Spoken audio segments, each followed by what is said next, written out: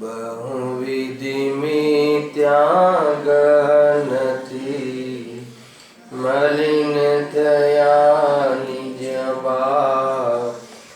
ભાવ થતાયે તુનો સહજ રૂપ દર્શન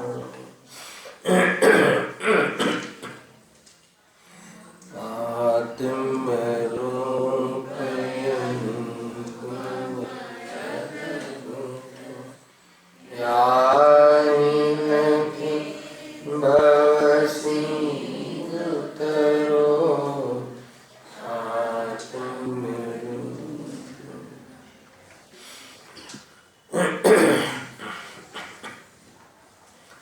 श्री मोक्षमार्ग प्रकाशक ग्रंथ से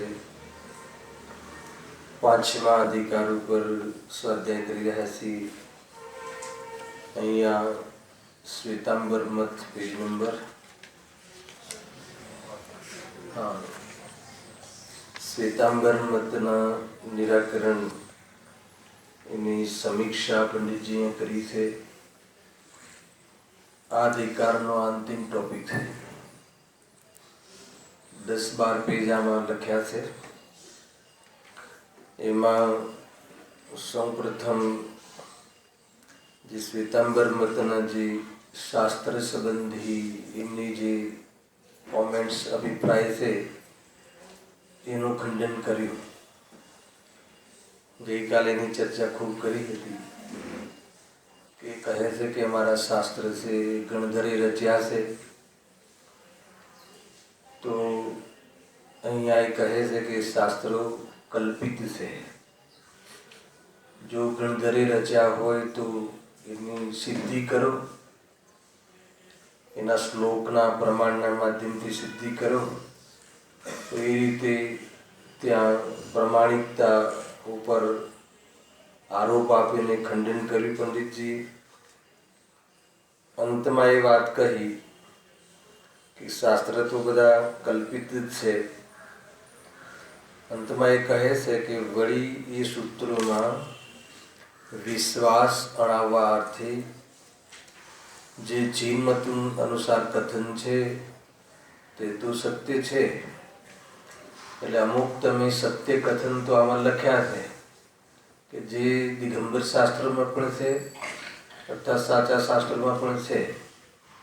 કેટલાક અપ્રયોજનભૂત ટોપિક છે એ તો તમે કોપી કરી છે એમ કહે છે, પરંતુ જે પ્રયોજનભૂત વાત છે અથવા જે તમે કલ્પના કરી છે એ જૂઠું છે। એ તો પૂર્વાપર વિરુદ્ધપણું પણ એમાં આવે છે અને પ્રત્યક્ષ પ્રમાણથી પણ એ જૂઠું છે, એમાં પણ એ વિરુદ્ધતા ભાષે છે। એ વાત હવે અહીં આગળ કરવી છે। ખ્યાલ આવ્યો શું ટોપિક ચાલુ થવાનું છે કે અપ્રયોજનભૂત વાતો કેટલીક તમે લખી દીધી કર્મની બાબતમાં ને આ રીતે ને ભલે, પણ એનાથી શું થઈ ગયું? મૂળ જે પ્રયોજનભૂત વાત છે કે જેની તમે સ્વયં કલ્પના કરી છે એ તો પૂર્વાપર વિરોધ પણ લાગે છે અને સામાન્ય બુદ્ધિજનોને પ્રત્યક્ષ પ્રમાણમાં પણ વિરોધ ખ્યાલમાં આવે છે। એટલે એ વાત જૂઠી છે અહીંયા સિદ્ધ કરે છે અને એના માટે 4 ટોપિક ઊભા કર્યા। મુક્તિના પ્રકરણમાં અહીંયા ઊભું કર્યું છે આખું કે તમે જે મુક્તિ માનો છો કે અન્ય લિંગથી મુક્તિ માનો છો, ગ્રસ્ત જીવનમાં રહેતા રહેતા મુક્તિ માનો છો, સ્ત્રી પર્યાય મુક્તિ માનો છો અને ચંડાલાદિ ક્ષુદ્રો એ અવસ્થાથી પણ મુક્તિ માનો છો, તો એનો અહીંયા નિષેધ છે, એનું ખંડન કરે છે પંડિતજી, તર્ક આપે છે। ઘણી બધી ચર્ચાઓ અહીં આજે કરવાની છે। એમાં સૌથી પહેલા અન્ય લિંગથી મુક્તિ। અન્ય લિંગ એટલે ખ્યાલ આવે? લિંગ, અન્ય લિંગ, લિંગ એટલે ડ્રેસ કોડ, બહારનો પહેરવેશ। જે ધર્મક્ષેત્રમાં સાધુનું જે લિંગ હોય છે ને, ચિહ્ન, તો જે સાધુનું ચિહ્ન શું છે આપણે ત્યાં નિર્ગ્રંથતા સાંભળ્યું। દ્રવ્યલિંગ અને ભાવલિંગ આ બે ચર્ચા તમે સાંભળી હશે, અહીંયા મારા દ્વારા બી સાંભળી હશે કે દ્રવ્યલિંગ છે એ બહિરંગ યુનિફોર્મ છે સાધુનો તે અવસ્થા, અને જે ભાવલિંગ છે એ જીવની અંદરની પરિણતિનું સ્વરૂપ છે. આ બે ખાસ કારણ છે કે મુનિરાજ નિર્ગ્રંથ સાધુ એનું અંતરંગલિંગ ભાવલિંગ, મિથ્યાત્વ અને ત્રણ ચોકડી કશાયના ભાવપૂર્વક વ્યક્ત વિતરાગતા એનું અંતરંગલિંગ છે. અને એવા લિંગ જે અંદરમાં પ્રાપ્ત થયા છે એને બાહ્ય લિંગ કેવું હોય, નિર્ગ્રંથ હોય, એમની જીવનચર્યા લાઈફસ્ટાઈલ 28 મનગુણના અંતર્ગત હોય, એનાથી કોઈ જુદી ના હોય. આ પ્રકારે એક સામાન્ય આપણે ચર્ચા કરી છે. એમાં જો આગળ સ્ટાર્ટ કરે છે એમાં એક કથન પહેલા કથનમાં વાંચીએ. અન્ય લિંગીને, ગ્રહસ્થને, સ્ત્રીને વા ચંડાલાદિક શૂદ્રોને સાક્ષાત મોક્ષ પ્રાપ્તિ હોવી માને છે. હવે એક એકને અલગ અલગ એમને અલગ અલગ ટોપિક બનાવ્યા. અન્ય લિંગનો અલગ ટોપિક લીધો, ગ્રહસ્થનો અલગ ટોપિક લીધો. ટૂંકમાં એમ કહે છે કે અન્ય લિંગીને, ગ્રહસ્થને, સ્ત્રીને વા ચાંડાલાદિ શૂદ્રોને સાક્ષાત મોક્ષ પ્રાપ્તિ હોવી માને છે. હવે અહીંયા વજન શાના પર છે? સાક્ષાત મોક્ષની પ્રાપ્તિ. તો આ જે 4 પ્રકારની કેટેગરી કહી એમાં સાક્ષાત મોક્ષની પ્રાપ્તિ સંભવતી નથી, પણ એ માને છે કે સાક્ષાત મોક્ષને પ્રાપ્ત થાય છે. સાક્ષાત શબ્દ શું સૂચવે છે? ત્યારે સાક્ષાત શબ્દ આવે એટલે એનો બીજો શબ્દ ઊભો થાય કે પરંપરા મોક્ષ અને સાક્ષાત મોક્ષ. તો અહીંયા સાક્ષાત મોક્ષ એટલે કે જે સ્ત્રી પર્યાયમાં કોઈ વ્યક્તિ હોય, કોઈ જીવ હોય, તો એ પર્યાયથી ડાયરેક્ટ મોક્ષે જઈ શકે છે એમ એમને સાક્ષાત કહેવું છે. બરાબર? એટલે શું બહુ બધા ખુલાસા થશે. તો જૈન શાસન કહે છે, દિગંબર જૈન ધર્મ કહે છે કે જે 3 ફિરકા છે એમાં 3 કેટેગરી છે: ગ્રહસ્થ, સ્ત્રી અને ચાંડાલાદિ શૂદ્ર. એને વર્ણ જાતિ વ્યવસ્થા છે ને આપણે ત્યાં. એમાં જે આ 3 પ્રકારની કેટેગરી છે એમાં તો પરંપરા મોક્ષ છે, પરંતુ એમાં સાક્ષાત મોક્ષ નથી. અર્થાત એ 3 કેટેગરીમાં તો મોક્ષ માર્ગનો પ્રારંભ કરી શકે છે, પરંતુ એ અવસ્થાઓ રહેતા મોક્ષે જઈ શકતો નથી. પરંતુ સ્ત્રી મોક્ષ અવસ્થાનો ક્ષુદ્ર જે ગ્રહસ્થ જીવનમાં એ જીવો મોક્ષનો પ્રારંભ કરી શકે છે, સમ્યક દર્શનની પ્રાપ્તિ કરી અને મોક્ષ માર્ગ પ્રગટ કરી શકે છે.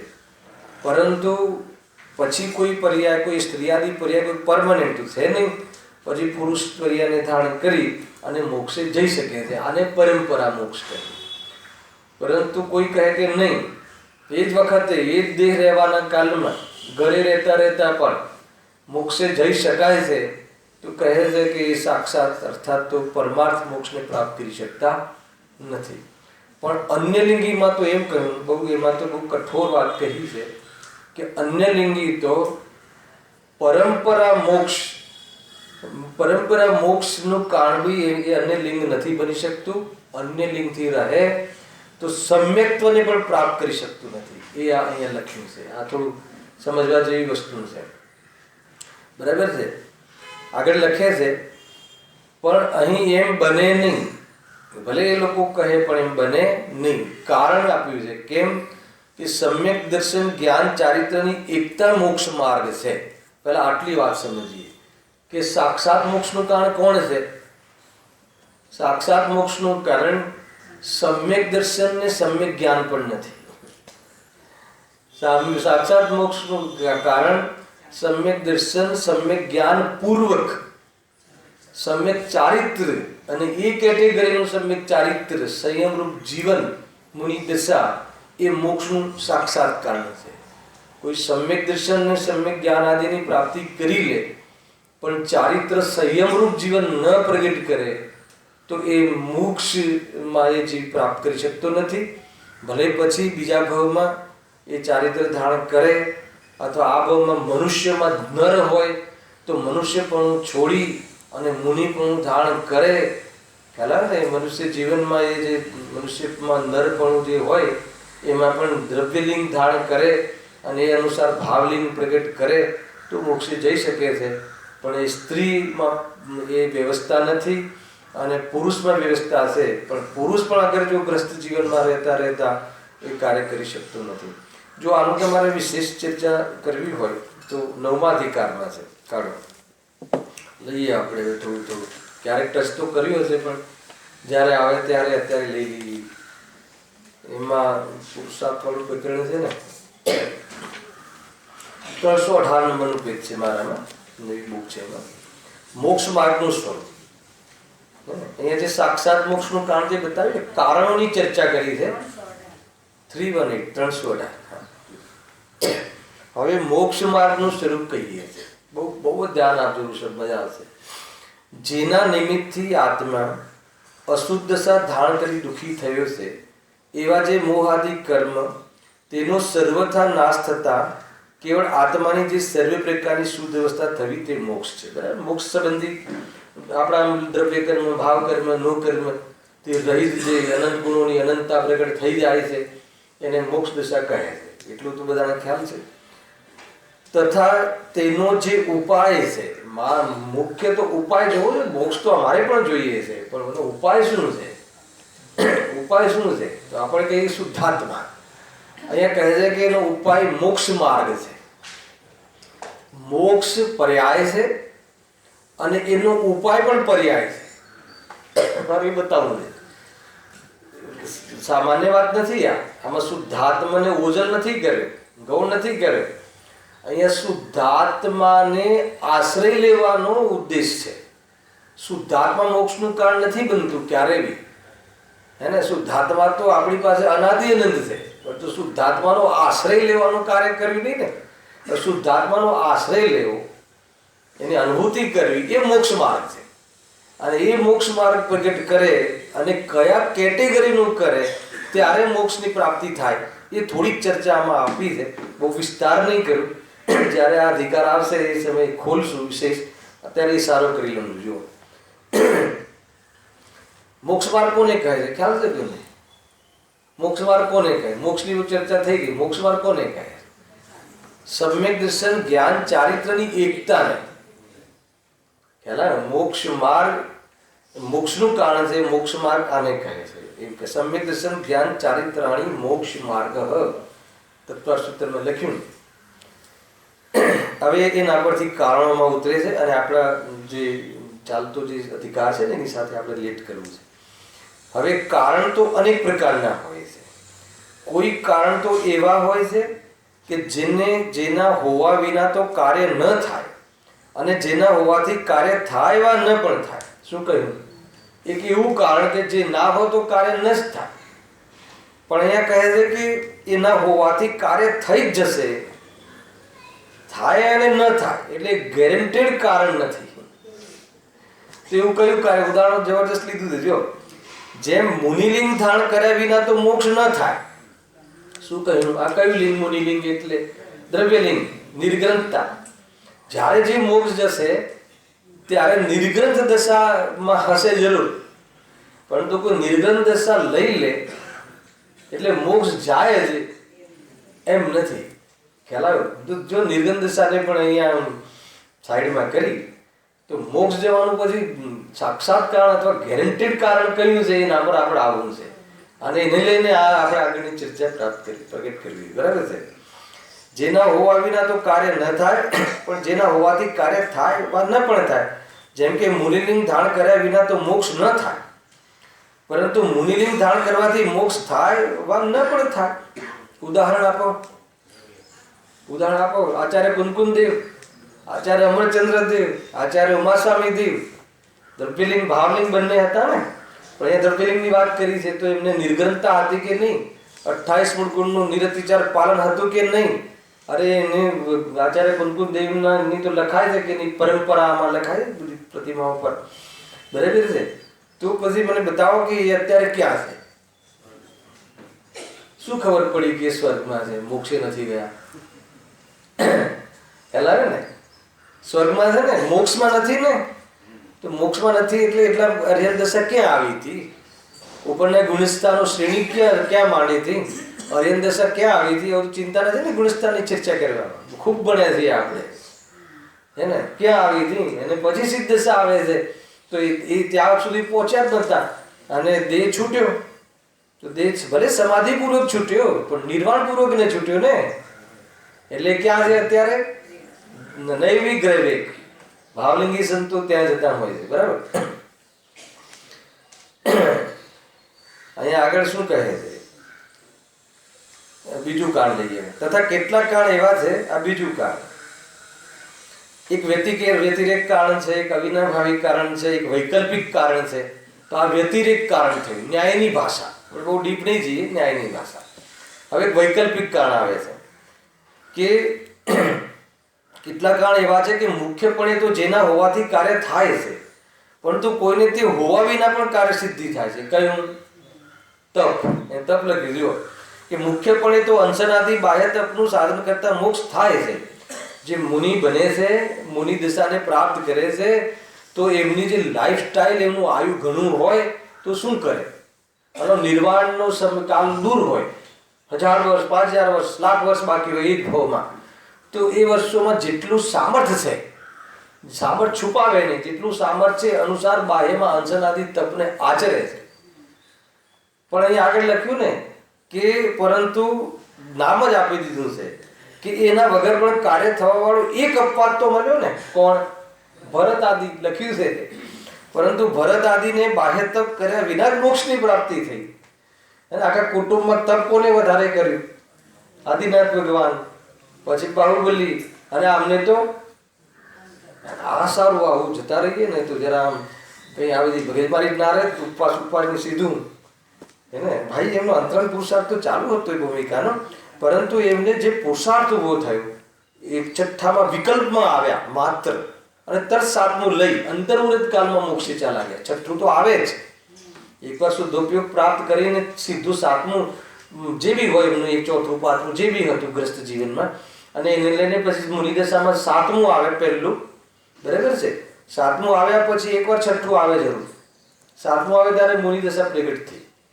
બધો ખ્યાલ છે કે નહીં? આ પણ છઠ્ઠામાં એટલું કાળ ન રહ્યા કે પ્રવૃત્તિમાં દેખાય. હાલ અને છઠ્ઠામાં વિકલ્પના આવવાના કાળમાં જ પુરુષાર્થ ઉપડ્યો અને સીધું સાતમામાં આવીને એ જ અંતર્મુહૂર્ત કાળ. આ બધું અંતર્મુહૂર્ત કાળમાં નાટક થઈ ગયું. હે? અરે છઠ્ઠામાં જે આવ્યા ને, આવ્યા પછી એમને વિકલ્પની પ્રવૃત્તિ સુધી કમજોરી ના આવી, ત્યાંથી જ પાછા વળ્યા એમ. ત્યાંથી જ વેદ જ્ઞાન કરીને સીધા શુદ્ધોપયોગમાં જઈને બધી મોક્ષ હરિયમદશા અને જે બી ક્રમ આવે શ્રેણી ચડીને મોક્ષે ગયા. વિચાર તો કરો શું જબરજસ્ત કાર્ય કર્યું એમ. ટૂંકમાં અહીંયા તો એ બતાવવાનું છે કે એટલા માટે તપ પણ એવું કારણ નથી કે એના કરવાથી મોક્ષ જવાય છે. કેમ કે એવો કોઈ એક બે જીવ મળ્યા શાસ્ત્રમાં, સર્વજ્ઞના જ્ઞાનમાં, કે વગર તપ કરે પણ મોક્ષે ગયા. હા, એટલું જરૂર છે, જીવન હોય અને તપ ના હોય એમ ના બને, એમ લખ્યું છે અહીંયા. એટલે કોઈ સ્વચ્છંદ ગ્રહણ કરે આમાંથી કોઈ સાધુ, તો એ સાધુ જ નથી. આપણે ભરતજી એમને એમનો એટલો એક અંતર્મુહૂર્તમાં પૂરું કાર્ય કર્યું. અગર એ કાર્ય કર્યું ના હોત તો મુનિદશામાં શું કરતા હોત? તો તપાદી આચરતા હોત. એમનું જીવન તો જેટલું પોસિબલ છે, જેટલું મર્યાદામાં લાવવું જોઈએ કશાય ને, એની ભૂમિકામાં જે આવી શકે એટલું મર્યાદામાં લાવવું એ તપ છે. ઉગ્ર વ્રત તપ છે. જો આ કાળમાં બી આપણે બહુ ચર્ચા નથી કરવી. આ વૈકલ્પિક કાળ, પેલા વ્યતિરેક કાળ, હવે અવિનાભાવી કાળ. અવિનાભાવી કાળ એટલે શું? એ હોય તો મોક્ષ હોય અને ના હોય તો મોક્ષ ના હોય, બાકી બધું જેમ છે એમ. એને હવે એ વાત આવે મુનિદશા હોય એને એની વાત છે આગળ. તથા કેટલાક કાળ તો એવા છે કે જેના હોવાથી કાર્યસિદ્ધિ અવશ્ય થાય જ, જેના ન હોવાથી કાર્યસિદ્ધિ સર્વથા ન થાય. કયું કારણ? જેમ કે સમ્યક દર્શન જ્ઞાન ચારિત્રની એકતા થતા એ અવશ્ય મોક્ષ થાય, અને એ થયા વિના સર્વથા મોક્ષ ન થાય. આમાં કેટલા પ્રશ્નો ઊભા થઈ શકે છે. તો શું એને જે મુનિરાજને જે સમ્યક દર્શન જ્ઞાન ચારિત્રની એકતા નહોતી? અરે હોય, જ્યારે સમ્યક દર્શન જ્ઞાન ચારિત્ર ત્રણ સાથે હોય, એક ક્રમથી હોય કે વારા પછી એક પછી એક હોય, સાથે હોય ને. હવે સાંભળજો, સાથે હોય કીધું છે એના ઘણા જવાબ આપવા પડે છે. સાથે જ હોય. સમ્યક દર્શન જ્ઞાન એક વાર સમ્યક થાય એટલે બધા જ ગુણો સમ્યક થઈ જાય, એટલે ચારિત્ર પણ સમ્યક નામ પામે. પણ મુનિરાજને જે અહીંયા કહ્યું કે જે પહેલા એમને લઈ લઈએ આપણે કુનકુન દેવાદીને, તો સમ્યક દર્શન જ્ઞાન ચારિત્રની એકતા પણ કઈ કેટેગરીની? તો જે શ્રેણીમાં જે કેટેગરી ચાલે છે એ બી ક્ષપક શ્રેણી, સપક શ્રેણીમાં જે કેટેગરી છે એકતાની, એવી એકતા હોય તો મોક્ષે જાય, નહીં તો ન જાય. તો એ શ્રેણી ના માંડી. મુનિ વગર મોક્ષ નથી, પણ મુનિમાં પણ એ કેટેગરી આવી જોઈએ. પણ મુનિ વગર તો ક્યારે મોક્ષ નથી. કોઈ કહે કે ચલો મુનિ વગર મોક્ષ નથી, તો મુનિ દશામાં પણ તો ક્યાં મોક્ષે ગયા? પણ જે શ્રેણી આવે છે એ શ્રેણી ગ્રસ્ત જીવને આવે છે કે મુનિને આવે છે? જે મોક્ષનું સાક્ષાત્કાર વાળો જે કહ્યો, જે મોમેન્ટ કહી, એ અવસર ગ્રસ્ત જીવન રહેતા રહેતા આવે છે કે મુનિ જીવન રહેતા રહેતા આવે? તો મુનિ જીવન એટલે મુનિ વગર મોક્ષ નથી. ખ્યાલ આવે મહેન્દ્રભાઈ? આખું લોજિકલ છે થોડું આ બધું. એટલે મુનિ વગર તો મોક્ષ નથી. ત્યાં સુધી તો આપણે હવે એવી વાત ખ્યાલ આવી ગયો. પણ અહીંયા જે કહ્યું કે ભાઈ રત્નત્રયની એકતા હોય તો મોક્ષે જાય. હવે આમાં કઠેરામાં અસેજ સમ્યક દ્રષ્ટિ આવે છે. વાત ત્યાં આવે છે, સાંભળી લેજો આગળ. એ પ્રમાણે એ કારણો કહ્યા તેમાં અતિશયપૂર્વક નિયમથી મોક્ષનો સાધક જે સમ્યક દર્શન જ્ઞાન ચારિત્રનો ઐક્ય ભાવ તે મોક્ષ માર્ગ જાણો. એ સમ્યક દર્શન, સમ્યક જ્ઞાન તથા સમ્યક ચારિત્રમાંથી એક પણ ન હોય તો મોક્ષ માર્ગ થાય નહીં. એક પણ ના હોય એટલે કોઈ એક ના હોય તો મોક્ષ માર્ગ થાય નહીં. એનો અર્થ કે એવું બી થતું હશે કે કોઈ એક ના હોય. અચ્છા, આપણે તમે એઝ્યુમ કરો, અનુમાન કરો કે કોઈ એક ના હોય. પહેલાં તો એ ઘડે ઉતારવાની વાત છે કે એવું બી બને કે ત્રણમાંથી કોઈ એક ના હોય. સમ્યક દૃષ્ટિની વાત છે, હવે અજ્ઞાનની વાત તો છોડી દો. પણ એક ના હોય તો એક કયું ના હોય? આ એટલે નથી કહ્યું, ખાલી નથી કહ્યું. આ બધા કહે છે કોઈ એક ના હોય તો કઈ વાંધો નહીં, અમારે સમ્યક દર્શન નથી, સમ્યક જ્ઞાન નથી, પણ ચારિત્ર તો છે ને. કોણ કહે છે આમ? વર્તમાનમાં સાધુ કહે છે ને કે કઈ વાંધો નહીં. તો એ ચારિત્ર કોને કહે છે? બાહ્ય આચરણને, બાહ્ય દ્રવ્યલિંગને, કે ભાઈ અમે તો ચારિત્રને ગ્રહણ કર્યું છે. જુઓ આચરણ, અને આચરણ તો વ્યવહાર ચારિત્ર છે, અને સ્થિરતા નિશ્ચય ચારિત્ર છે. અને ત્રણ ચોકડીના કસાયના ભાવની સ્થિરતા હોય એ ખરેખર જે સમ્યક ચારિત્ર છે. ખ્યાલ આવે ને? સકલ ચારિત્ર છે. સકલ ચારિત્ર જોઈએ. દેશ ચારિત્ર બી મોક્ષમાં કામ નથી કરતું, શ્રાવક બી નથી જઈ શકતો. સકલ ચારિત્ર જોઈએ, સંયમરૂપ જીવન જોઈએ. પણ એકલું સંયમ હોય અને સમ્યક દર્શન ના હોય, આપણે આ વાત બહુ ગમે. લો, તમે બી તો ના આવ્યા ને, તો અમે સંયમ નથી કરતા, એ સારું જ છે ને. અરે એ દિશામાં નહીં. જીવ તરીકે જ આવું વિચારે પ્રકાશભાઈ. શું કરી લીધું સંયમ કરીને? તો તમે શું કરી લીધું દુકાન બેસીને? શું આપણે શું કરી લીધું અસંયમ જીવન જીવીને? અસંયમ જીવન જીવવાની પ્રેરણા નથી એમાં. સંયમથી બી કાર્ય નથી થતું, તો કયું બાકી રહી ગયું હવે એ શોધો. સંયમ જે મોક્ષે જાય છે એને સંયમ તો હોય છે, પહેલી કન્ડિશન છે દ્રવ્યલિંગમાં. બરાબર છે કે નહીં? તો પછી કયું બાકી રહ્યું? કે ભાવલિંગ બાકી રહી ગયું. ભાવલિંગ શું છે કે ત્રણ ચોકડી કસાયના ભાવની વિતરાગતા જોઈએ ત્યાં. ત્યારે મોક્ષ માર્ગની સીડી આગળ જે છે ને, આગળ ચડવાની વાત છે. પહેલા પગથિયાથી કામ નહીં થાય એમ કહે છે. એના ઉપર આગળ શ્રેણી ચડવાનું કામ થવું પડશે, નહીં તો કાર્ય નહીં થાય. હવે કહે છે કે કોઈ એક ના હોય. હવે આપણે બધાએ કીધું કે ભાઈ કદાચ જો એક ના હોય, એવું કદાચ નહીં, એવું બી હોય કે એક ના હોય. તો એક ના હોય તો શું ના હોય? ચારિત્ર ના હોય. સમ્યક દર્શન હોય, સમ્યક જ્ઞાન હોય, હે ને? એમને જેટલો અંશ પ્રગટ થયો છે એનું નામ તો સમ્યક ચારિત્ર છે. એ સ્વરૂપચરણ આ ચારિત્રનો અંશ પણ કહેવાય છે.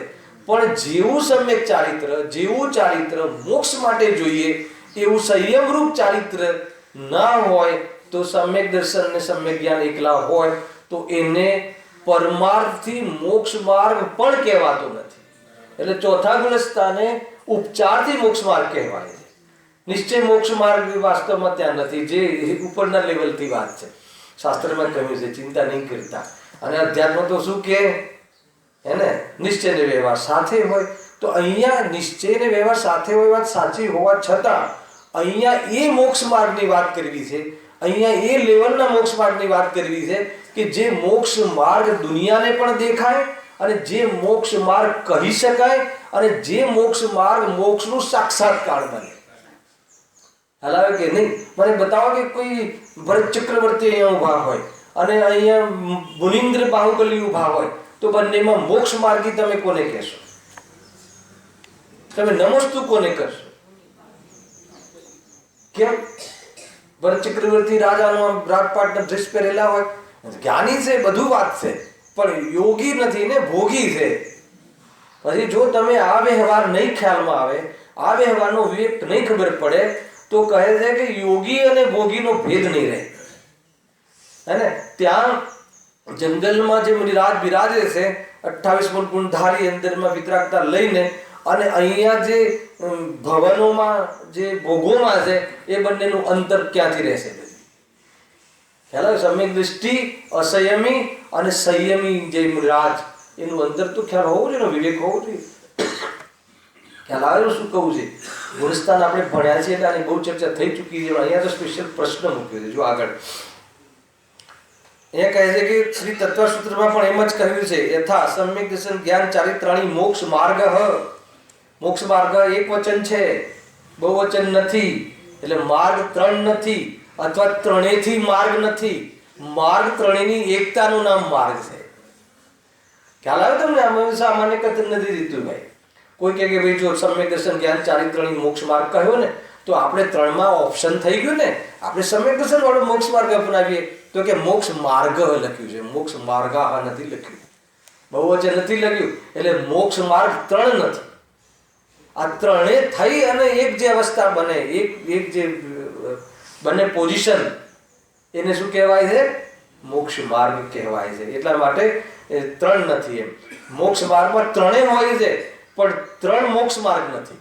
કોઈ એકને મોક્ષ માર્ગ કહીને કામ કરી લેશું, આપણે તો ઘેર રહેશું ને સમ્યક દર્શન લઈ લેશું, ગ્રહસ્થમાં સમ્યક દર્શન તો થાય છે, તો આપણે મોક્ષ જતા રહેશું. તો કહે છે કે હે ભરત, સાહિક સંકિતિ સહિત ઘરમાં રહેવા છતાં પણ તમને કે મોક્ષની પ્રાપ્તિ નહીં થાય, મુનિ દશાને ગ્રહણ કરો. ભગવાનની વાણીમાં વાત આવી. ખ્યાલ આવે છે? એ રીતે છે. જો લખ્યું છે અહીંયા બધું. આ સૂત્રની ટીકામાં કહ્યું છે કે અહીં મોક્ષ માર્ગ જેવું એવું એક વચન કહ્યું છે. તેનો અર્થ આ છે કે ત્રણેય મળીને એક મોક્ષ માર્ગ છે, જુદા જુદા ત્રણ માર્ગ નથી. બરાબર? બધું સ્પષ્ટ લખ્યું છે. હવે પ્રશ્ન મૂક્યો, મારે પ્રશ્ન પર થોડું આવવું છે, એને આની સાથે આજના પ્રકરણ સાથે કોરિલેટ કરવું છે.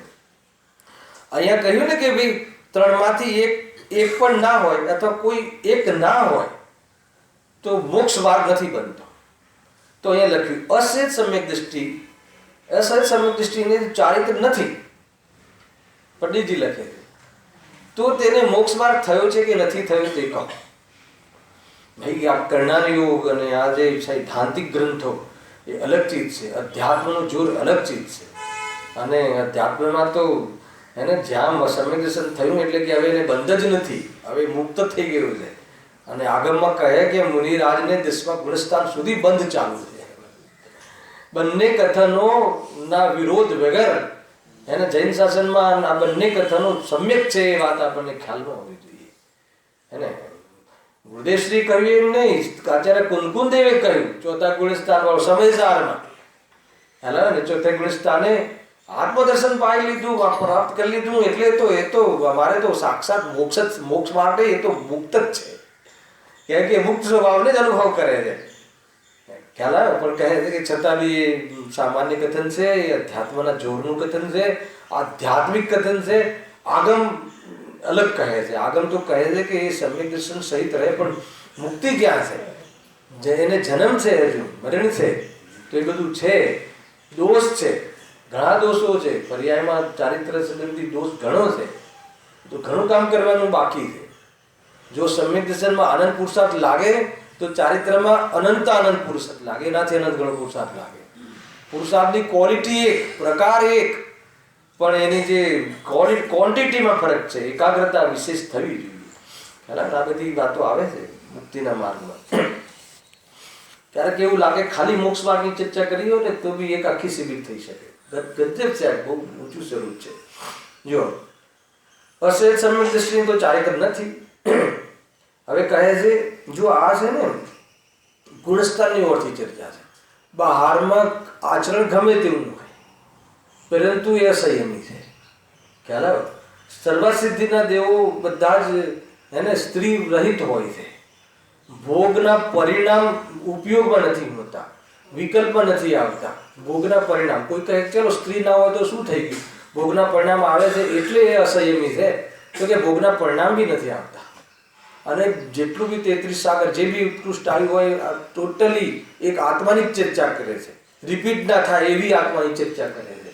હવે તો પણ કહે છે કે તમે અસંયમી અને અહીંયા લગ્ન કરેલો વ્યક્તિ બ્રહ્મચારી પંચમૂળ સ્થાનમાં બ્રહ્મચર્ય લે છે કે નહીં? સ્ત્રી હોય સંયોગમાં ઘરમાં, મારે બેરા છોકરા હોય, પરંતુ તમે કહો છો કે એક દેશ સંયમી એક દેશ સંયમી, સંયમીને ના હોય, બ્રહ્મચર્યથી રહે છે. હવે પેલાને વિકલ્પ બી નથી અને સ્ત્રીએ નથી સંયોગમાં, તો કેવી રીતે છે? તો કહે છે કે એને ચોકડી જે છે ને એકનો જ અભાવ છે, એટલે એને ત્યાગ નથી, ભલે પ્રવૃત્તિ નથી, વિચાર નથી, પરિણામ નથી, પરંતુ કસાયનો ત્યાગ નથી. હાલ આવે છે કે બહુ મોટી વાત છે. અને સરખાવ આપણા જીવનમાં પ્રવૃત્તિ ના હોય આપણા જીવનમાં, હે ને, આ બધી પ્રતિષ્ઠામાં બહુ જોવા મળે. પહેલા બી જેમ કે બ્રહ્મચર્ય લેવા માટે ગુરુદેવની સભામાં બ્રહ્મચર્ય લોકો લેતા ને એવું થતું. નાગપુરમાં ગયો તો પેલું દીક્ષાવનનો પ્રસંગ હોય ને, ત્યાં જે માતા પિતા હોય ને એ આજીવન બ્રહ્મચર્ય લે છે. ભગવાનના જે માતા પિતા બન્યા હોય એને જ આ ચઢાવો મળતો હોય, આજે પદ મળતું હોય, બરાબર, માતા પિતાનો.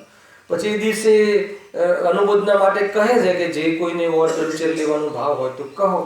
તો ઘણા કપલ એવા આવે કે ભાઈ અમે તો બ્રહ્મચર્ય સહિત જ છીએ, પણ સભામાં ડિક્લેર કરવું છે. તો સભામાં ડિક્લેર શું કામ કરવું છે? હે ને, એ બી કોઈ 18 વર્ષનો છોકરો હોય અને કે તો બરાબર છે, તો સમાજને એક ખ્યાલ આવી જાય કે ભાઈ હવે આને પૂછાવાનું નથી. પણ 80 વર્ષે પહોંચેલા વ્યક્તિ હોય, હે ને, તો અરે એ તો બ્રહ્મચર્ય હોય છે, ખ્યાલ આવ્યો? આને ક્યાં મતલબ છે એમાં? સભામાં કેવડાને શું કર્યું છે? કહ્યું પંડિતજી કે ઠીક છે હવે કહેવડાવ્યું તો કહી દીધું, પણ એ બી કહ્યું કે કોઈ એનો અર્થ નથી રહેતો. એવું બધું થતું હોય છે, શું કરે? અહીંયા તો કહે છે અસહજ સમ્યક દૃષ્ટિની તો ચારિત્ર નથી, તો તેને મોક્ષ માર્ગ થયો કે નથી થયો? સાંભળજો, મોક્ષ માર્ગ તેને થશે એ તો નિયમ થાય. શું કહ્યું? એનો અર્થ કે મોક્ષ માર્ગ નથી થયો. જેટલા બી અંદરમાં આપણને મતભેદો ઉઠે છે ને મિત્ર પક્ષમાં ને આપણે, તો એ લોકો બી જે કથન કહે છે ને એ બી આગમનું હોય છે. આપણે જે કથન કહીએ એ બી આગમનું હોય છે, પણ બંનેના જે અભિપ્રાય છે ને અને એના કન્સેપ્ટ શું, આ કહીને શું કહેવું છે ને ત્યાં અંદર પડી જાય છે. હવે એ કહે છે કે ચારિત્ર ના હોય, ચારિત્ર ના હોય, ચારિત્ર ના, તો અહીંયા લખ્યું છે ચારિત્ર ના હોય, અને આજ પંડિતજી આગળ લખ્યું છે કે ચારિત્ર હોય. તો હોય એ શું ને ના હોય એ શું?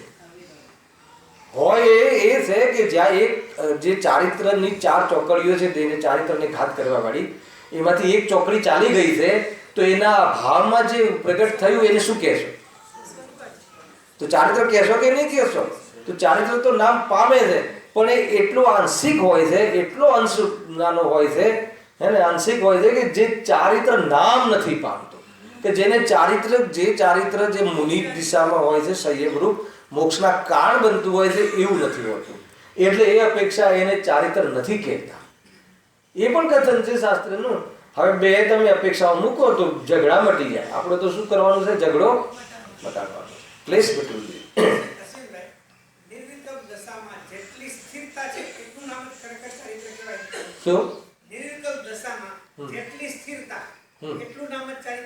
કોને નહીં? ચારિત્રમાં શુદ્ધોપયોગને નહીં લેવો. ચારિત્રમાં જેટલો રાગ નથી, કેમ કે સળંગ કોઈ શુદ્ધોપયોગમાં થોડી રહે છે. મુનિરાજ હોય કે ચાહે તમે શુદ્ધોપયોગ શબ્દ વાપરો ને મહેન્દ્રભાઈ, તો શુદ્ધોપયોગની સ્થિરતા એ અલગ લેવલ થઈ ગઈ. માનો કે કોઈ મુનિરાજ તો 7મામાં જાય ત્યારે શુદ્ધોપયોગમાં હોય છે, 6ઠામાં શુભ ઉપયોગમાં આવી જાય છે, સમ્યક દ્રષ્ટિ ક્યારેક શુદ્ધોપયોગમાં જાય છે, ચતુર્થ ગુણ સ્થાને, 5મા ગુણ સ્થાને એનાથી થોડુંક વધારે જાય છે. તો શુદ્ધોપયોગમાં જાય ત્યારે જ એને ચારિત્ર છે એવું નથી. જેટલો રાગ જતો રહ્યો છે, એ જે એક ચોકડી પ્રમાણ જતો રહ્યો છે, પછી શુભમાં વર્તતો હોય કે અશુભમાં વર્તતો હોય, તો એક ચોકડી પ્રમાણના ભાવના પ્રમાણમાં આ ચારિત્ર ગણવું જોઈએ. કારણ કે રાગ ન હોવાનું નામ ચારિત્ર છે. તો એટલો રાગ નીકળી ગયો છે, તો એટલું ચારિત્ર છે, તો એટલી સ્થિરતા તો છે, દ્રષ્ટિગત સ્થિરતા તો છે. પછી ઉપયોગની સ્થિરતા છે, વિશેષ સ્થિરતા છે.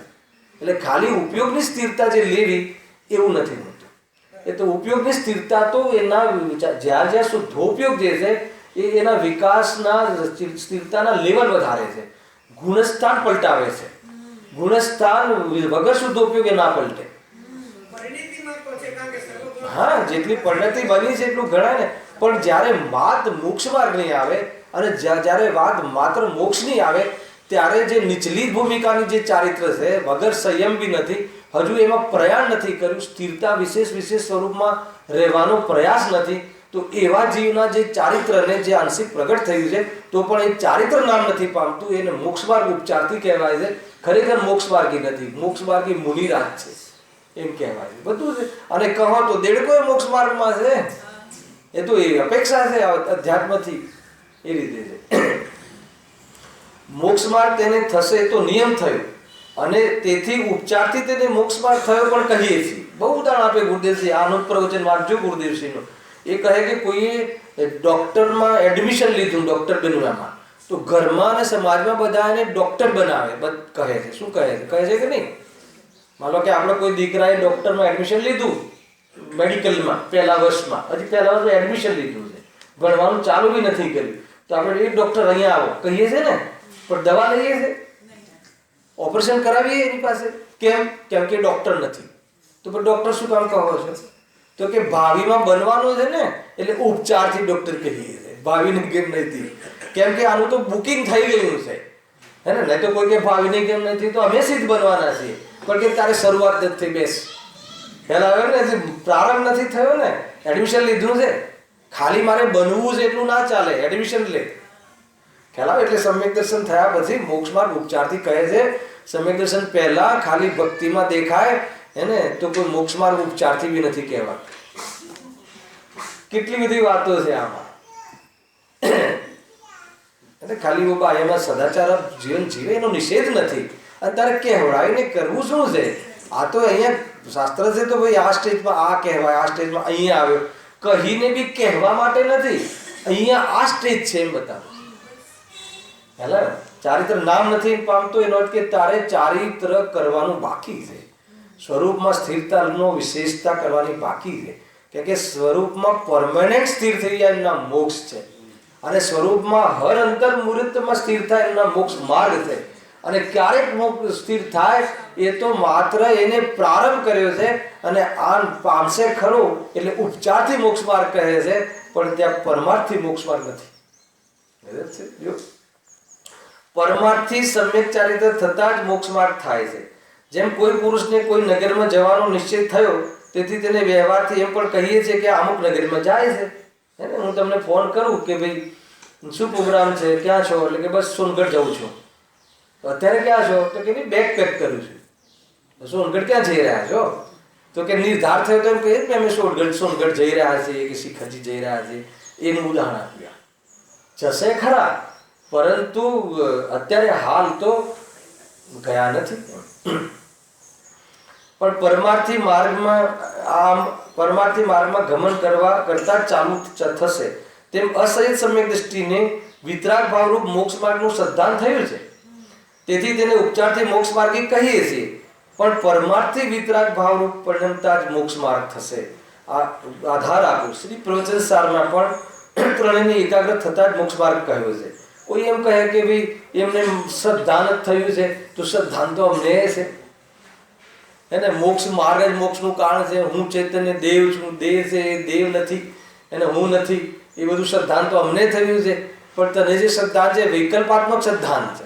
શુદ્ધોપયોગ એકવાર એની શુદ્ધોપયોગ સૌ પ્રથમ એને જ્યારે અનાદિ મિથ્યા દ્રષ્ટિને શુદ્ધોપયોગ થાય છે ત્યારે પૂર્વમાં અભ્યાસરૂપ જે સમ્યક દર્શન છે એ પરિણમરૂપ સમ્યક દર્શન, પ્રતીતિરૂપ સમ્યક દર્શન થાય છે. એટલે શુદ્ધોપયોગ થયા વગર જેવી વસ્તુ છે એવી વસ્તુની પ્રતીતિ ત્યારે કહેવાય કે એને આંશિક એનો સ્વાદ લઈ લીધો હોય ધ્રુવત્વનો. અને જો સ્વાદ નિરાકુલતા અતિન્દ્રિય ન લીધો હોય શુદ્ધોપયોગ કરીને, તો એને પૂર્વમાં અભ્યાસરૂપ કહો, વૈકલ્પિક કહો, આગમ આશ્રિત કહો, એને સમ્યક સન્મુખના ઉપાયરૂપ કહો, પરંતુ એ ખરેખર તત્વ શ્રદ્ધાની પણ નથી. સમજમાં આવે છે? થોડું ફાસ્ટ થઈ રહ્યું છે. એ બહુ વાર લીધેલા છે વિષયો, આ તો ખોલીને આ તો સમગ્ર રૂપથી સમેટું છું. જીતુભાઈ ખ્યાલમાં આવે છે? આ કેમ કહેવામાં આવે છે? કોઈ જીવને ભ્રમ ના થઈ જાય.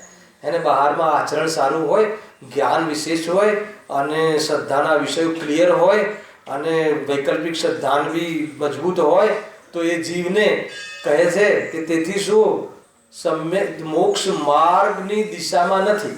સમ્યક સન્મુખ કહો તો કહો, એ બી મિથ્યાત્વ ઘડતું હોય તો, પોષણ થતું હોય તો કહે છે કે સંસાર માર્ગમાં જ છે. સમજમાં આવે છે આખી વાત? ક્યાંથી પકડવું? કોને પકડવું છે? કયા વિદ્વાને પકડવું છે કે સમ્યક દ્રષ્ટિ છે કે નહીં? અરે સ્વયંને.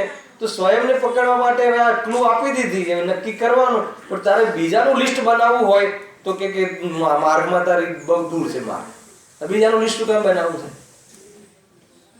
શું કામ લિસ્ટ બનાવવું છે? કોણ થશે ને કોણ નહીં થાય ને કોણ થશે ને કોણ થશે ને એને અત્યારે ચાલી રહ્યા છે એમાં કોણે ડિક્લેર કર્યું ને કોણે નથી કર્યું, કરવું શું છે તારે?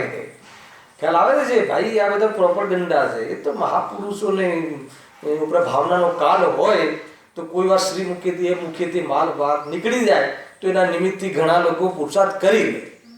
પણ એનો અર્થ એમ નથી કે બધાએ તિથિ આપી દેવી. આવે ને શું કહ્યું છે? ભાવનાનો કાળ જેના હસ્તક હોય, તું ડિક્લેર કરીશ તો ક્લેશ થશે. ગુરુદેવે ડિક્લેર કર્યું તો પ્રભાવના થઈ. ખ્યાલ આવે છે? સમજ આવે છે? તો પ્રભાવનાનો કાળ છે અને પ્રભાવનાનો યોગ છે જે જીવીને. હે અને તું ખરેખર સમ્યક દ્રષ્ટિ હોય ને ડિક્લેર થઈશ તો હે ને તો બી તું કે તારે અપ્રભાવનામાં નિમિત્ત બનશે. એટલે તું ચૂપ રહે ને, શાંતિથી જે કર ને. ખ્યાલ આવે કે નહીં? વાદ ના લેવાના હોય, વાદ વિતરાગતા ના લેવાના હોય, ઔદૈહિક ભાવના નહીં. વાદ લેવા હોય તો સારા લેવા, વિતરાગતા ના. ઔદૈહિક ભાવ તો અલગ અલગ હોય છે. કોઈ સમ્યક દ્રષ્ટિને ભાવ આવે, કોઈને ના આવે, કોઈને કાંઈ ભાવે, કોઈને કાંઈ ભાવે. કોઈ સમ્યક દ્રષ્ટિને તીખું ભાવે, કોઈને ગળ્યું ભાવે. તો કોઈ નિયમ નથી બની જતો કે સમ્યક દ્રષ્ટિને શું ભાવે, શું તું પ્રમાણ કરીશ, શું તું એનું ગ્રહણ કરીશ, શાને આદર્શ બનાવીશ, કયા ભાવને આદર્શ બનાવીશ. કોઈને ભક્તિનો ભાવ બહુ ઉછળે, કોઈને ભક્તિ કરતા સ્વાધ્યાયમાં વધારે મન લાગે. બે ઔદૈહિક ભાવ છે. કયા ઔદૈહિક ભાવને પ્રમાણ કરીશ? સૌ ધર્મ ઇન્દ્ર હજાર નેત્ર કરીને નાચે, કોઈ એવા જીવને નાચવાનો ભાવ જ ના આવે. એ વખતે બી સ્વરૂપમાં મગ્ન થવાના વિચારોમાં રહેવાનું ભાવે તો કહે છે કે ઔદૈહિક ભાવ છે બંને. તો કોને પ્રમાણ કરીશ? કોઈને વિકલ્પ આવે કે દવાખાને જવું છે, કોઈને વિકલ્પ આવે કે દવાખાને નથી જવું. બે ઔદૈહિક ભાવ. વિતરાગ ભાવ એક નથી. આ બંને ઔદૈહિક છે. હું જુદો છું એ વિતરાગ ભાવ છે. ભાઈ બહુ બધી વાત છે. જ્યાંથી જોવાનું છે ત્યાંથી જુઓ, જ્યાંથી નથી જોવાનું ત્યાંથી નહીં જુઓ. હાથમાં કાંઈ નહીં લાગે. હે ને? ઉદ્દેશ્ય કહે છે કે તું ચૈતન્ય સ્વરૂપ છું, એનો અનુભવ કરી લે. બાકી ભૂમિકામાં આવવા લાયક જે ઔદૈહિક ભાવ આવે છે એને જીતવાનો પ્રયાસ કર. આવા જોઈએ ને આવા ના આવવા જોઈએ એવા નિયમોમાં નહીં ઉલઝ. તો એ ગુણસ્થાનના અંતર્ગત જે આવા લાયક જે બી કોઈને બોટમ સુધી ના આવી જાય, કોઈને વચ્ચે ના આવી જાય, કોઈને મંદપણે રહે હે ને, એ ઔદૈહિક ભાવનું કામ. ઔદૈહિક ભાવ છે મારામાં એવું ઉદય નથી એમ અનુભવ કરી એનાથી અપ્રભાવી રહે. તીવ્ર આવે તો બી અપ્રભાવી રહે અને મંદ આવે તો બી અપ્રભાવી રહે. સમજમાં આવે છે કે બોલો? શ્રીમદજી અને ગુરુદેવસિંહની તુલના કરો. એમના વખતે આટલી પ્રભાવના નથી થઈ. શ્રીમદજી વખતે, ગુરુદેવસિંહ વખતે થઈ હશે અને ગુરુદેવસિંહને થઈ, ગુરુદેવસિંહને ખબર બી છે તો એમનો એ પ્રભાવિત થયા હશે કે મારા નિમિત્તથી આટલા લોકો કન્વર્ટ થયા ને આ પ્રભાવિત. અરે આ હું બહાર રહ્યો એમ સમજે. શું પ્રકાશ છે? અરે આ હું બહાર રહ્યો, આટલો સમય મને મારી ખોટ ગઈ. જ્ઞાનીનો આ શોધ છે હે ને? જેટલો ગુદગુન દેવને બહાર રહેવું પડ્યું એટલી ખોટ ગઈ કે ના ગઈ? એટલો અંતર મુહૂર્ત કાળમાં એટલી વિશેષતા જે લેવલની આવવાની હતી એ લેવલનો પુરુષાર્થ ન થયો. સમજો? ગુરુ અને એ બી તો જ્ઞેય છે. આવ્યું ને આજે? જ્ઞેય છે હે ને? જ્ઞેય છે એનો અર્થ હું નથી. જ્ઞેય છે એનો અર્થ ભિન્ન છે, પરજ્ઞેય છે. ભિન્ન છે એનો અર્થ કે ન મારે એની સાથે કારણ કાર્ય આધાર આદે કે કોઈ પણ પ્રકારનો લાભ હાનિની વાત નથી. હું તો હું જ છું, મેં તો મેં હું, હું મારા માટે જ છું. હું એ આવાવાળા પ્રભાવનાના રાગની પુષ્ટિ કરવા કે દુનિયાને પ્રભાવના કરાવવા માટેનો હું નથી. તો આ પ્રભાવના કોણ કરાવે છે કે રાગ કરાવે છે? હું નહીં. એ બહુ જબરજસ્ત છે આ મેટર આખી. ખ્યાલમાં આવે? એ ક્યાંથી જોવે છે જીવ? સમ્યક દ્રષ્ટિ ક્યાંથી પોતાને અનુભવે છે, કેવી રીતે અનુભવ કરે છે એની ચર્ચા છે. ઘણી બધી બાબતો છે. ખેર અહીંયા તો વાત એ ચાલે છે કે જે અહીંયા કહ્યું કે શ્રી પ્રવચન સારમાં પણ ત્રણેયની એકાગ્રતા થતા જ મોક્ષ માર્ગ કહ્યો છે. માટે એમ જાણવું કે તત્વ સિદ્ધાંત જ્ઞાન વિના, સાંભળજો, તત્વ સિદ્ધાંત જ્ઞાન વિના તો રાગાદી ઘટાડવા છતાંય મોક્ષ માર્ગ નથી. એને સમ્યક દર્શન જ્ઞાન ના હોય તો રાગ ગમે એટલો ઘટાડી દે તો બી કઈ એ વાસ્તવમાં ચારિત્ર વ્યવહાર ચારિત્ર નામ નથી પામતું. સાંભળજો હવે આગળ. તથા રાગાદી ઘટાડ્યા વિના તત્વ સિદ્ધાંત જ્ઞાનથી પણ મોક્ષ માર્ગ નથી. હેલો, શ્રદ્ધા જ્ઞાન તો પ્રાપ્ત કરી લે કે ભાઈ મને હવે સમ્યક દર્શન થઈ ગયું છે, હવે જે ટોપ લેવલની જેટલી કશાય થઈ શકે 6 ખંડ જીતવા સુધીની અને 96,000 લગ્ન કરવા સુધીનો રાગ ચતુર્થ ગુણસ્થાને આવી શકે છે, તો હવે હું એ બાજુ વિચાર કરું તો કે તને સમ્યક દર્શન ના હોઈ શકે. રાગ ઘટાડવા માટે હર સમય વૈરાગી વ્રત કહેવાય છે. એના અંદરમાં બહુ વૈરાગ્ય રહે. એને ગમે છે રાજપાટમાં રહેવાનું, ગમે છે, એને ચારિત્ર ગ્રહણ કરવું છે. પ્રભુ આપ્યું તો ચારિત્ર ગ્રહણ કરી લીધું અને આપ તો એને હવે તો કેવલ જ્ઞાનની પણ પ્રાપ્તિ થઈ ગઈ આદિનાથ ભગવાનને. હું ત્યાંનો ત્યાં જ છું, ગ્રસ્તમાં જ પડ્યો છું, આ મારી શોભા નથી. આ કોણ વિચારે છે? ક્ષાયિક સંકેતી. રાગ ઘટાડવાની બી વાત છે. હવે ઘટાડવામાં પુરુષાર્થ ના ચાલતો હોય તો પછી અને ન જ ચાલે તો પછી કોઈ દરેક જીવ થોડી એવા હોય કે ડાયરેક્ટ ઉડાવે બધું. તો પછી એને નિયમો આવે છે વચ્ચે, નિયમો લેવાય અને નિયમો પછી ભૂમિકા પ્રમાણે વ્રતરૂપ પણ નમે, મહાવ્રત આદિ રૂપે આવે, એ બધી આવે છે વચ્ચેના રસ્તાઓ. એ રીતે છે. જો 10 મિનિટ છે ને આપણી પાસે. હવે આ વિષયમાં આવો. અહીંયા શું નક્કી કર્યું કે અસહજ સમ્યક દૃષ્ટિ હોય. ટૂંકમાં અહીંયા એમ કહે છે કે સાક્ષાત મોક્ષ પ્રાપ્તિ જે થાય તો સાક્ષાત મોક્ષ પ્રાપ્તિ 4 કેટેગરી કહી: અન્યલિંગી, ગૃહસ્થ, સ્ત્રી અને શુદ્ર. તો એ ત્રણેયને સાક્ષાત મોક્ષની પ્રાપ્તિ નથી. એમાં આગળ જઈને ભેદ કરે છે કે અન્યલિંગીને તો પરંપરાની મોક્ષનું કારણ નથી, કહેવાનો મોક્ષ માર્ગ પ્રગટ ના થાય, પરંતુ બાકીના 3 કેટેગરી વાળાને પરંપરા મોક્ષ, એટલે જે કહ્યું ને હમણાં જોઈને આવ્યા, એ ઉપચારથી મોક્ષ માર્ગ કહી શકાય.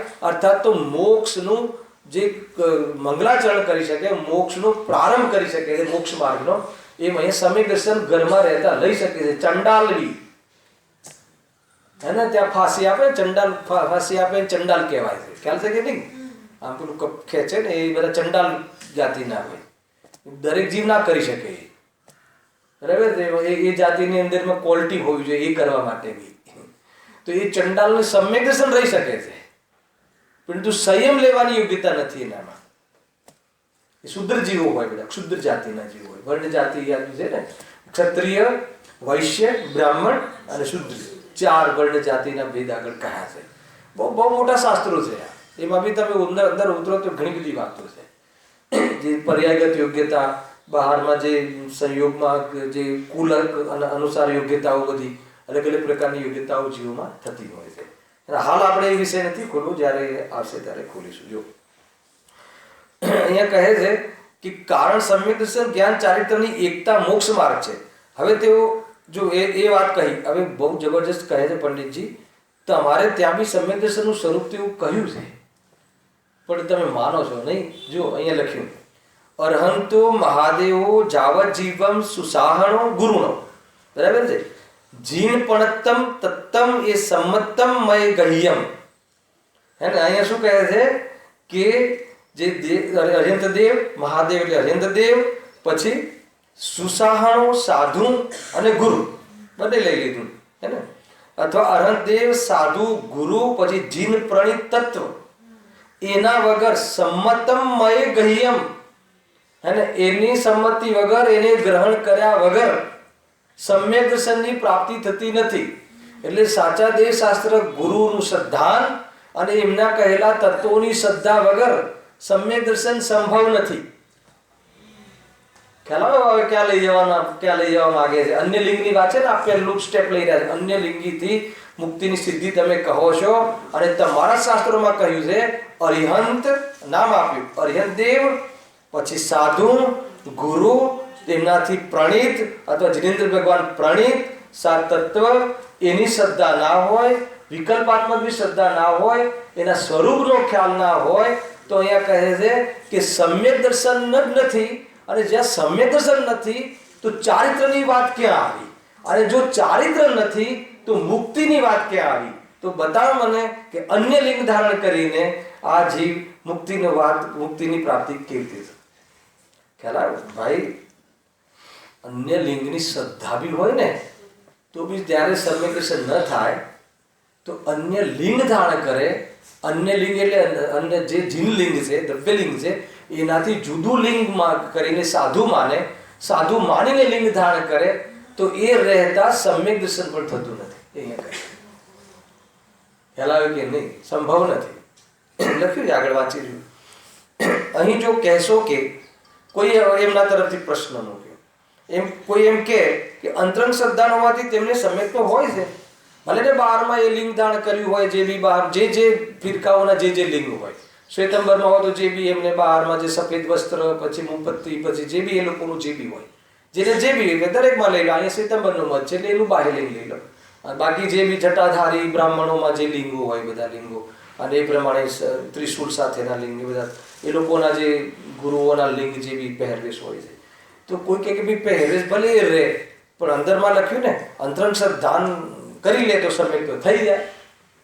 ખ્યાલ આવે? આગળ તો પાછા એમના એમ કહે છે કે અરિહંત ભગવાન એમનું જ્યારે સ્વરૂપ વિતરાગી સ્વરૂપ છે, એ સાચું સ્વરૂપ છે, એ હોય તો પછી તું રાગનું સ્વરૂપ ધારણ કરે અને તું કે મને સમ્યક તો થઈ જાય કીર્તિ કરે. વિચાર કરી શકે, અભ્યાસ કરી શકે, એના શાસ્ત્રો વાંચી શકે, ખુલાસા કરી શકે, પણ શ્રદ્ધા ત્યારે ટપકે કે એ અન્ય લિંગથી નિવૃત્ત થાય. કદાચ સાંભળો, કદાચ કોઈને ખબર ના હોય લિંગની, અને કોઈ સમ્યક દર્શન ઉપશમ થઈ ગયું પણ એ ટકે નહીં. આ બધું છે આમાં ગુરુદેવજીના પ્રવચનોમાં. હું આજે બુક લાવવાનું ભૂલી ગયો, એ વાંચી લેતો, દરેક જણ પાસે મૂકતું છે. અહીં જો કહેશો કે અંતરંગ શ્રદ્ધા હોવાથી તો તેમને સમ્યક તો હોય છે. સાંભળો, હવે બહુ બોલ્ડ અક્ષરમાં લખ્યું છે ને, બોલ્ડ વાત છે, હે ને? એટલે એને સમજવા માટે બોલ્ડ બનવું પડશે, ઉતારવા માટે. સમજ થાય કે નહીં? હવે વિપરીત લિંગ ધારકની પ્રશંસાદિક કરતા પણ સમ્યક તો ને અતિચાર કહ્યો છે. ખ્યાલ આવ્યો? આપણને એમ લાગે ને આપણે કોઈ બીજા લિંગમાં, જે અન્ય લિંગ મુસ્લિમ છે કે અન્ય છે, શ્વેતંબરના મંદિરો છે, ના એમને ત્યાંની ડિસિપ્લિન કહેવી પડે. કોઈ એક વસ્તુ હોય સારી હોય, માની લો આપણે જનરલી મુસ્લિમોને બહુ વચ્ચે લાવીએ છીએ કે એ લોકો બહુ એકદમ ચુસ્ત દ્રઢ હોય છે એમના ધર્મ પ્રત્યે, પણ પહેલા ધર્મ છે કે નહીં એ તું કે. ધર્મ નથી તો પછી દ્રઢ છે એની તને પ્રશંસા થઈ તો કે તું સમ્યક દ્રષ્ટિ હોય તો તારું સમ્યક દર્શન ખતરામાં છે. જ્યારે એની પ્રશંસા સમ્યક દર્શનમાં ખતરો બની શકતું હોય તો એ ધંધો જે કરતો હોય, ડ્રેસ જ કોડ એ હોય, તો એને સમ્યક દર્શન કેવી રીતે થાય? અને જ્યારે સમ્યક દર્શન ના થાય અને રત્નત્રયની એકતાનું નામ મુક્તિ કહી છે, એમાં પહેલું જ રત્ન સીડી ના ચડે, પહેલું પગથિયું ના ખુલે, તો પછી એ મુક્તિને પ્રાપ્ત કેવી રીતે થાય? સમજમાં આવે? આખી કન્સેપ્ટ ખ્યાલમાં આવે છે ભાઈ? બરાબર હે? તિર્યંશમાં મુક્તિ ક્યાં છે? છોડો એની વાત. તો સમ્યક દર્શનનો ક્યાં પ્રોબ્લેમ કહ્યો છે? પણ એને દેવશાસ્ત્ર ગુરુ એને ત્યાં તિર્યંશને તો ગ્રહિત મિથ્યાત્વનો અવસર જ નથી. એને તો પણ આ તો મનુષ્ય ડાઉટ આવે છે ને, એને જ ગ્રહિત મિથ્યાત્વ તો થાય, એ જ વધારે પડતું. ગ્રહિતને એને નથી થતું, તિર્યંશોમાં ગ્રહિત મિથ્યાત્વ નથી જોયું. અને અપવાદથી કહ્યું ને, કોઈ બુદ્ધિશાળી પ્રાણી હોય ને શીખી લે તો બી એવા દેવતાઓના મંદિરમાં બેસી રહે કોઈ પ્રાણી, તો સમ્યક દર્શન ન થાય, ન થાય સમ્યક દર્શન. ગ્રહિત મિથ્યાત્વ રહેતા કોઈ એમ કે નહીં અમે અંદરમાં જે તત્વોની શ્રદ્ધા કરી લેશું અને બહારમાં જે આપણો પહેરવેશ છે કે આપણું જે સમાજમાં જે બધું છે એ રાખો, તો કે ના થાય. અહીંયા લખે છે કે ના. અરે સમ્યક દ્રષ્ટિ હોય ને તને થોડીક પ્રશંસા બી થઈ જાય, હે ને? અન્ય લિંગની પ્રશંસા બી થઈ જાય. કેવું પડે? આ લોકો મેન્ટેન જોરદાર કરે છે, ભલે લિંગ ખોટું તો પછી જાની પ્રશંસા કરે છે. તું લિંગ ખોટું છે એ બાજુ જોવાની જરૂર શું છે? ખ્યાલમાં આવે છે આખી વાત? પેલા ચપટી લેવા આવે ને સવારે, કઈ નહીં પણ આપણા કરતા તો સારા છે ને, થોડી સાકર આપવા ભલે થોડુંક આપી દે, શું વાંધો છે, હે ને? સચવાઈ જાય બધું. અને તમારી સભામાં બી આવીએ ને બાજુમાં આવે તો કેવું લાગે? બાજુવાળાના ગુરુ હોય ને આપણે ત્યાં આવે તો આપણે વ્યવહાર કરવો કે ના કરવો? બાજુવાળા શ્વેતંબર પડોશીમાં ગુરુ હોય એમના આવે ને આપણે ત્યાં દેખો જમવા આવે તો જમાડી દેવું, પણ ગુરુ તરીકે, હે ને, એ રીતે લેવા આવે તો એક કણ બી નહીં આપે, કાંઈ બગડતું નથી, અનુમોદના થઈ જશે, આગળ આવવા વાળું છે. આજે સમય નથી ને તો આ વિષય ઓર ખોલી નાખે. ખ્યાલ આવે તો ને જીતુભાઈ? ઘણા લોકોને આ પ્રશ્ન હોય છે કે પછી કેવું લાગે, કઈ નહીં ભાઈ અમારે ત્યાં એ યોગ્ય ને અમારે ત્યાં નથી, વ્યવસ્થા નથી, બીજી વાર નહીં આવે. આપણને એમ ડર લાગે કે બાજુવાળા પડોશી છે, આપણે એકબીજાને સપોર્ટ કરતા હોય, અરે તને સહાયની જરૂર જ નથી, મોક્ષ માર્ગમાં જવું છે તારે. તો પછી એ તો બાજુમાં ઉપરના માળે મુસ્લિમ રહેતા હોય તો એના ત્યાં કોઈ હાજી આવશે તો બોલાવવું પડશે, શું કરશો? અને કોઈ અંબે માતાની સ્થાપના કરશે પડોશીમાં તો એને ત્યાં બી તમારે એકવાર હાથ આપવા જવું પડશે. સમજમાં આવે છે કે વસ્તુ? બહુ ધ્યાન રાખવા જેવું. જો એટલું વાંચી લઉં છું. તો સત્ય સિદ્ધાંત થયા પછી પોતે વિપરીત લિંગનો ધારક કેવી રીતે રહે? પછી લિંગ કેવી રીતે બને? કેવી રીતે લિંગમાં રહે ન રહે? શ્રદ્ધાંત થઈ ગયા પછી જ્ઞાનમાં હોય, વિકલ્પ શ્રદ્ધાનમાં હોય ત્યાં સુધી બની શકે છે, પણ જો શુદ્ધોપયોગ લઈને પ્રતીતિ કરે તો એ લિંગ એને હોય જ નહીં. એ અહીંયા કહે છે એ પહેરવેશ ના હોય. સત્ય સિદ્ધાંત થયા પછી મહાવ્રતાદિક અંગીકાર કરે, સમ્યક ચારિત્ર હોય તે અન્ય લિંગમાંથી ક્યાંથી બને? હવે અન્ય લિંગને એને લિંગ માની લીધું હોય તો સમ્યક દર્શન થયા પછી નિર્ગ્રંથ બને, અપરિગ્રહી બને. મહાવ્રતી એટલે પહેલા પરિગ્રહનો ત્યાગ કરે નવે 9 કોટી, ત્યારે જ એને મોક્ષમાં આગળ શ્રેણી ચઢાય છે. તો પછી એ કેવી રીતે સંભાવશે કે જ્યાં સમ્યક દર્શન જ નથી તો સમ્યક ચારિત્રની વાત ક્યાંથી આવે? જો અન્ય લિંગમાં પણ સમ્યક ચારિત્ર હોય તો જૈન લિંગ અન્ય લિંગ સમાન થયું, પછી ભાગત શું કામ પાડો છો? એક સાથે રહો, મંદિરો અલગ અલગ શું કામ બનાવો છો? બહુ બધી વાતો આવશે. માટે અન્ય લિંગીને મોક્ષ કહેવો તે મિથ્યા છે એમ અહીંયા કહ્યું. હવે બીજું ગૃહસ્થ મુક્તિ માને છે, ગૃહસ્થમાંથી સ્ત્રી મુક્તિ માને, સ્ત્રીમાંથી મુક્તિ માને છે, શૂદ્રમાંથી. એ બધા 3 ટોપિકો નેક્સ્ટ શનિ રવિ લઈશું. સહેજાનંદી ઈશ્વર